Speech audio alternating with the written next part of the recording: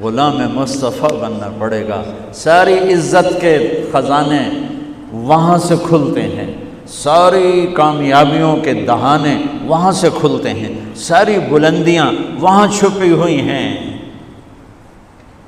عرب کے اونٹ چرانے والوں کو اللہ نے کیسر اور کسریٰ کا مالک بنایا غلامی مصطفیٰ سے۔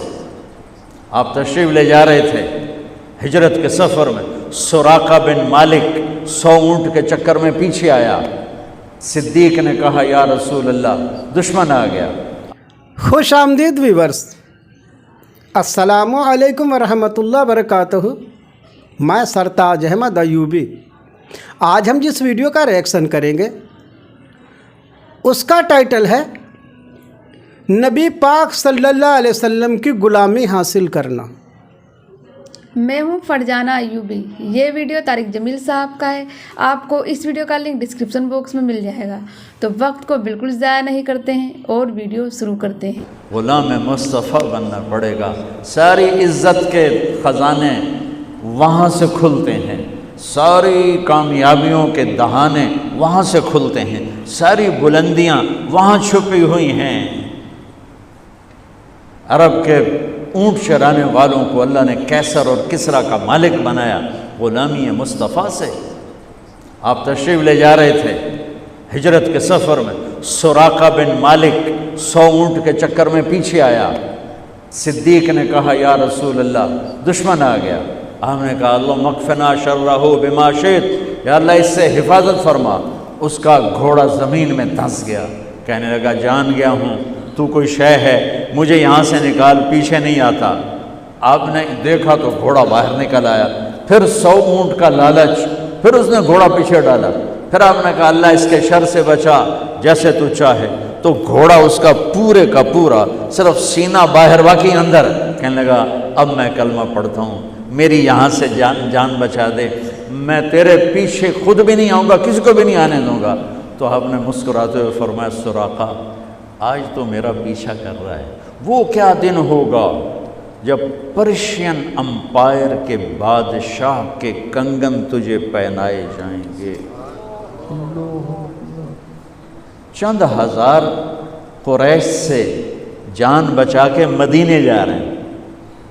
مکے کی آبادی 10,000 بھی مشکل سے ہوگی اس وقت، چند ہزار سے جان بچا کے مدینے جا رہے ہیں اور راستے تبدیل کر رہے ہیں اور خوشخبری کیا دے رہے ہیں، وہ کیا دن ہوگا جب ایران کے بادشاہ کے کنگن تجھے پہنائے جائیں گے۔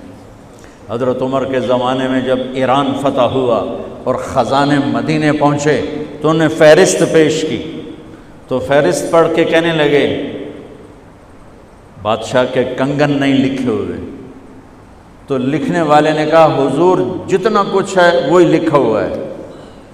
فرمانے لگے نہ جھوٹ بول رہا ہوں نہ کہنے والا جھوٹا تھا، میں نے ابو بکر سے دنیا سے جاتے ہوئے اس نے مجھے بلا کے کہا تھا کہ میرے سامنے اللہ کے نبی نے فرمایا تھا سراقہ تجھے رب کسریٰ کے کنگن پہنائے گا، وہ ہونے چاہیے، یہاں نہیں، تم نے نہیں دیکھے، سب غلط ہے، دیکھو سارا خزانہ الٹا کے مارا۔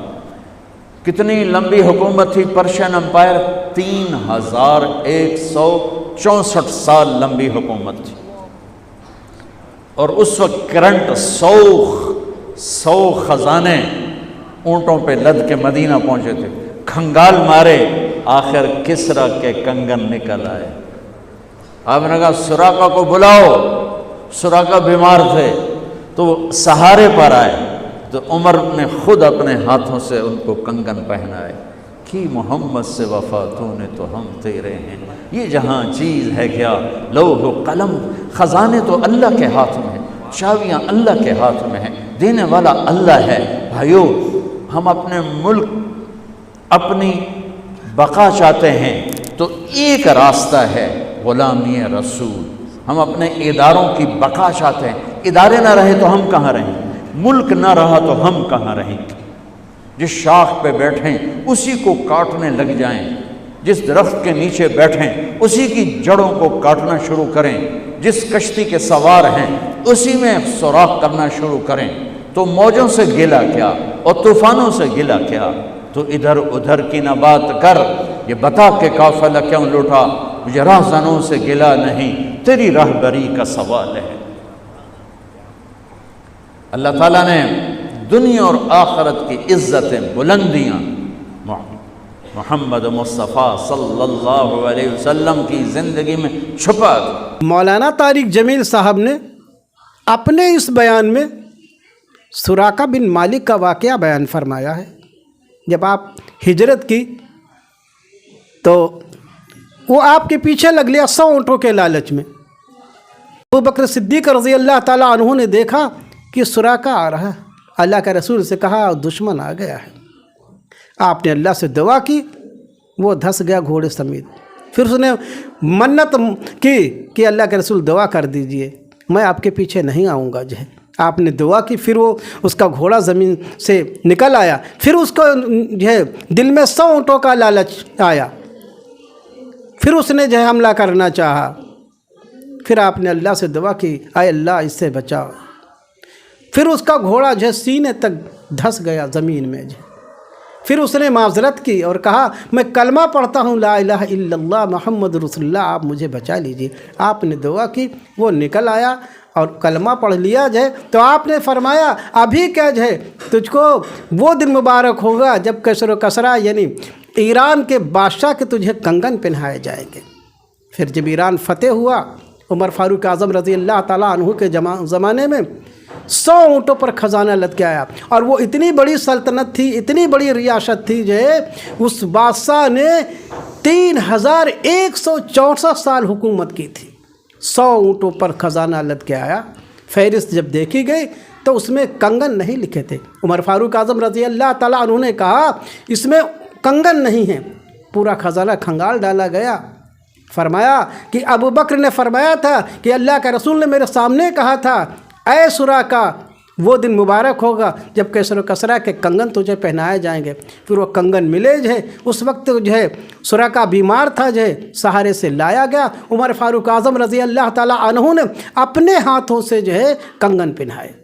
یہاں پر بات یہ ضروری ہے کہ ہم کو اصل کامیابی محمد صلی اللہ علیہ وسلم کی غلامی سے ملے گی، دولت وہیں سے ملے گی، عزت وہیں سے ملے گی۔ اللہ تعالیٰ نے اب صاف فرما دیا ہم تو کیا یہ لوح قلم تیرے ہیں، اگر محمد سے وفا تم نے کی تو یہ زمین آسمان سب تمہارے ہیں۔ تو ہم سب کو چاہیے نبی کی سیرت کے حساب سے اپنی زندگی کو بشر کریں تو دین و دنیا میں ہم کو اصلی کامیابی حاصل ہوگی۔ تو آپ کو اس ویڈیو میں سب سے اچھا کیا لگا ہمیں کومنٹ سیکشن میں ضرور بتائیے گا۔ ویڈیو کو لائک، شیئر اینڈ چینل کو سبسکرائب کریں۔ تب تک کے لیے اللہ حافظ۔